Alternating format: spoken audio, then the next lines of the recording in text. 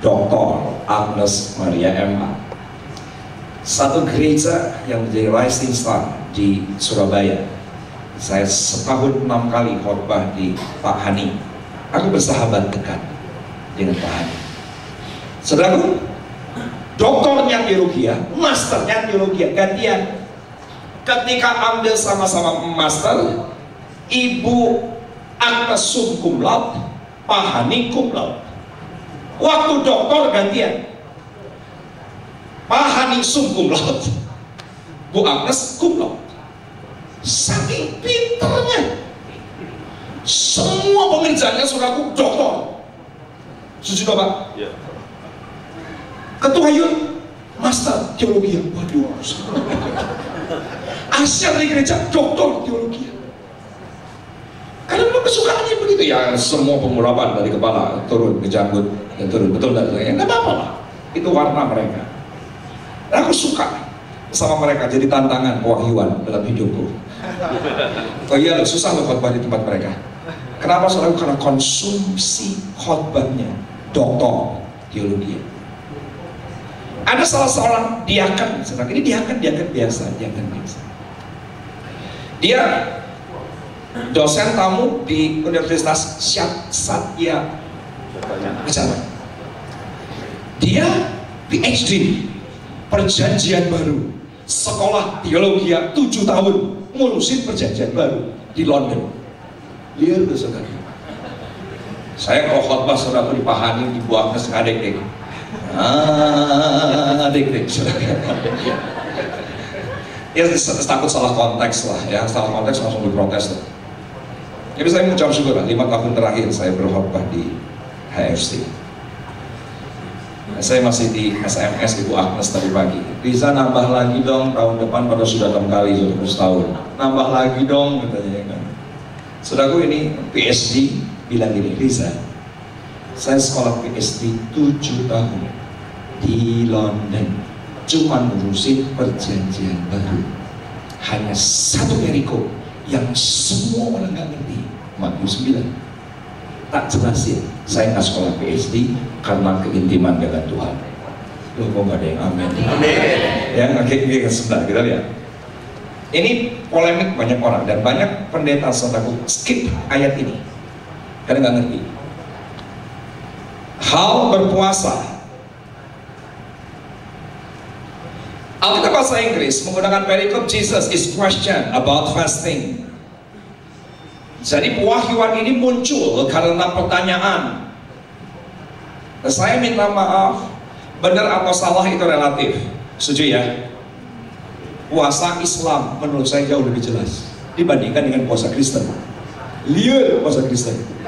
Beneran saudaraku. Bertahun-tahun aku pusing sama puasa Kristen. Puasa Islam itu jelas tuh, bikin dosa 11 bulan, bersih-bersih 30 hari, hari ke-31 dapat fitrah. Kan begitu, betul nggak? Ya walaupun benar atau salah kan relatif, betul nggak? Tapi jelas loh, tujuannya jelas. 11 bulan bikin dosa, 30 hari bersih-bersih, hari 31 dapat fitrah.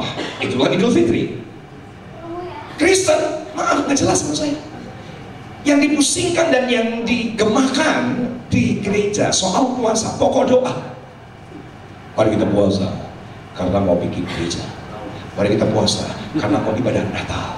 Mari kita puasa karena kita mau renov gereja. Mari kita puasa karena kita butuh gedung baru. Jadi yang di highlight itu adalah produk jadinya.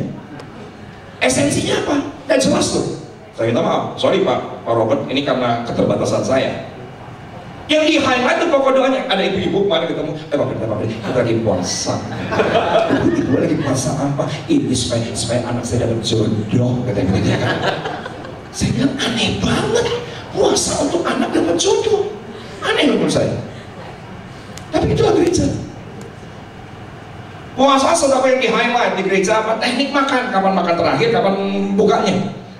Esther kayak gimana, Musa kayak gimana, Yesus kayak gimana, yang nggak boleh makan ini, nggak boleh makan itu, nggak boleh makan ini, nggak boleh. Itu esensinya apa? Nggak jelas.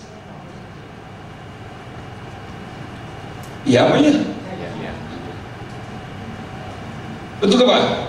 Nah, kita kembali kepada esensi puasa. Ayat yang ke-14, 15, 16, 17.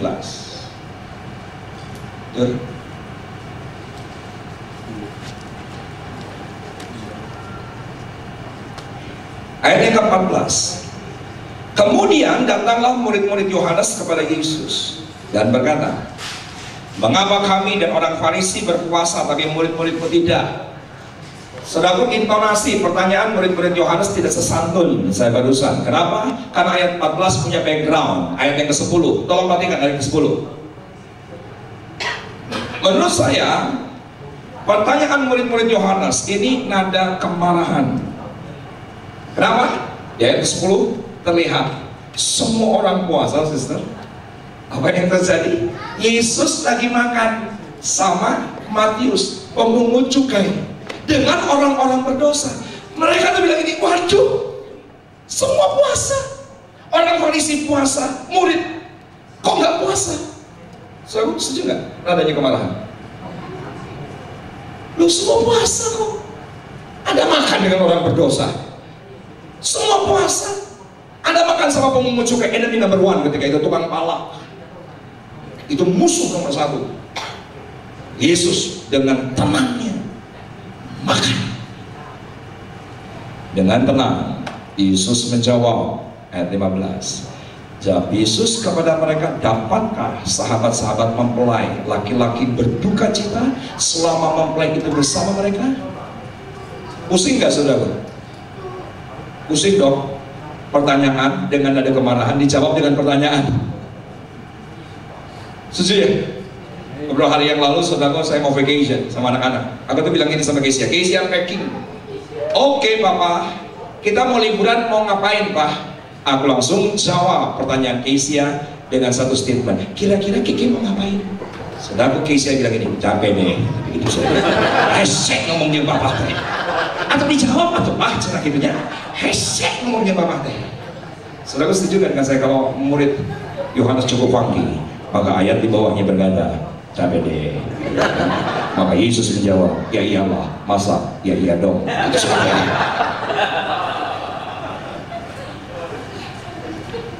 Oke.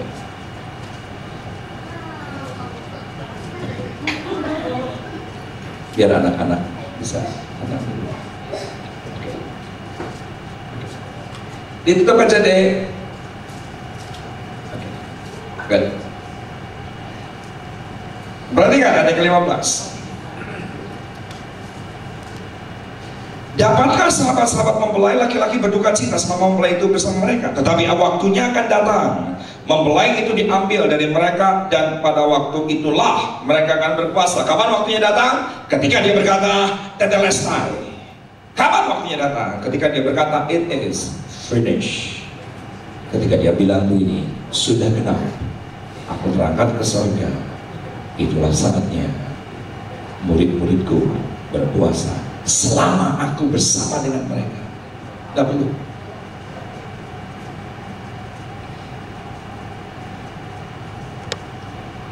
Ayat yang ke-16, inilah esensi puasa. Yuk baca sama-sama. 2, 3, ya. Tidak seorang pun memelekat sekali kain yang disusut pada baju yang kedua. Karena jika demikian, kain penambal itu akan dicabik di baju itu, lalu makin besarlah koyaknya. Ulangi sekali lagi, ini esensi puasa. Dan banyak orang Kristen nggak ngerti esensi puasa apa. Kenapa saudaraku? Karena rumit sekali ayatnya. Yuk kita baca sekali lagi. 2, 3, iya. Tidak seorang pun menambal secari kain yang belum susut pada baju yang tua. Karena jika demikian, kain penambal itu akan mencapik baju itu, lalu makin besarlah koyaknya. Kenapa saudaraku banyak orang skip ayat ini? Karena pusing sekali. Ditanya puasa, jawabnya pertekstilan. Sudah, kita mikirkan Yesus tukang kayu toh, bikin meja, kusen. Ditanya soal puasa, pendekatannya tekstil. Tolong lihat tanganku. Semua tolong lihat. Yesus bilang gini, tidak seorang pun menambah kain yang sudah tua dengan kain yang belum susut. Let's say inilah kain yang belum susut. Kalau kain yang belum susut ditambalkan kepada baju yang sudah koyak, baju yang sudah tua, apa yang terjadi? Karena belum susut, besoknya akan menyusut. Dan ketika menyusut akan mencabik baju itu. Saudara ngerti? Saudara lagi. Ini konteks ayatnya. Jangan tidak seorang pun menambalkan kain yang belum susut ditambal kepada baju yang sudah tua. Let's say adalah kain yang belum susut, saudaraku, ditambal kepada baju yang tua karena besoknya susut, maka apa terjadi? Mencabik baju yang belum tua. Yesus bilang gini, catat dengan cepat, pastikan menggunakan kain yang sudah susut, besoknya ditambah, aman. Sesudah? Itulah esensi puasa, disusutkan untuk menambah.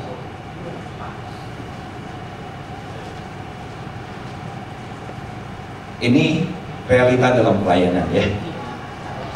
Ada orang Kristen perkawinannya koyak, pelayanannya koyak, kerohaniannya koyak. Datang ke hamba Tuhan dengan harapan hidupnya ditambah. Setuju? Saya ulangi sekali lagi, saudara udah mulai agak berat. Saya tahu saudara sudah 45 menit, ketahanan saudara sudah berkurang. Kita pakai dulu. Ini esensi begini. Ini esensi begini. Balik kanan, saling pijat. Ya, balik kanan, saling pijat. Ya, oke. Sekarang balik kiri, saling pijat. Ya.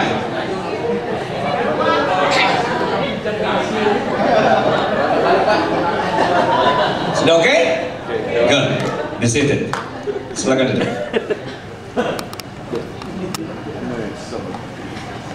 Ada beberapa jemaat datang kepada hamba Tuhan berharap hidupnya tertambal karena perkawinannya koyak, keuangannya koyak, karirnya koyak, keluarganya koyak. Saya minta maaf, setelah pulang dari rumah hamba Tuhan, hidupnya bukan tertambal, tapi semakin koyak. Kenapa? Karena kehidupan hamba Tuhan tersebut belum susut.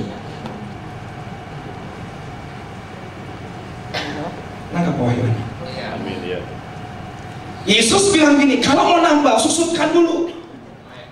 Baru setelah itu nambah, aman. Bahkan apa yang terjadi terpelihara keduanya. Tapi jangan kalau belum susut, coba-coba nambah. Kasihan yang tertambal, nanti tambah koyak. Maaf, banyak hamba Tuhan yang belum susut, dagingnya masih kuat, hawa nafsunya masih kuat, sombongnya masih kuat, nafsunya masih kuat, tamaknya masih kuat, khawatirnya masih kuat. Jangan coba-coba untuk menambah kehidupan orang, semakin koyak kehidupan orang itu. Itu esensi puasa. Berikan tepuk tangan. Berikan tepuk tangan. Saudara kepewahyuannya. Saudara menambal Thailand, sederhana, susutkan hidupmu. Saudara menambal Indochina, sederhana, susutkan dagingmu. Saudara doa, saudara powerful. Esensi puasa adalah jangan menggunakan kain yang belum susut, digunakan untuk menambal. Kenapa? Nanti semakin koyak hidup orang yang coba-coba kita tambah. Maaf, di gereja aneh. Bisa nyanyi? Boleh. Bisa doa? Boleh. Ini kayaknya potongan oke nih, jahitan oke. Silakan, ayo melayani. Saya di gereja di Sawangan, saya nggak lihat model, saya nggak lihat apa, saya nggak lihat jahitan, yang penting hidupnya sudah susut. Amin. Man, efektif sekali. Amin.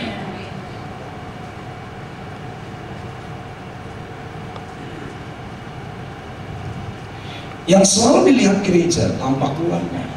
Dari sisi Tuhan, catat statement saya, selalu sisi dalam.